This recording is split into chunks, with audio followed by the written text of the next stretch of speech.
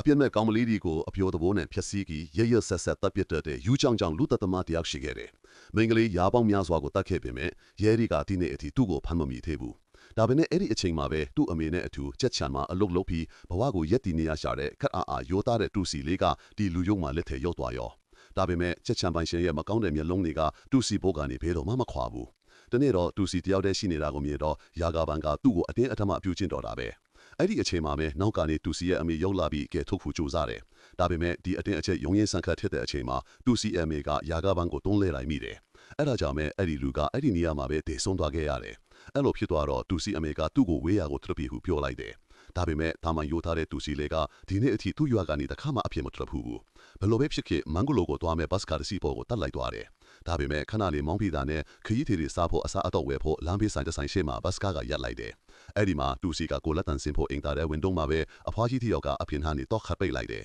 ။အပြင်ပြန်ထွက်ဖို့လို့တော့တခါကပိတ်နေတာတွေ့တော့တူစီကအော်ဟစ်အကူကြီးတောင်းတော့တာပေါ့။ဒါပေမဲ့အဲ့ဒီအချိန်မှာတော့အဲ့ဒီအဖွားကြီးကအဲ့ဒီကနေထွက်သွားနေပြီ။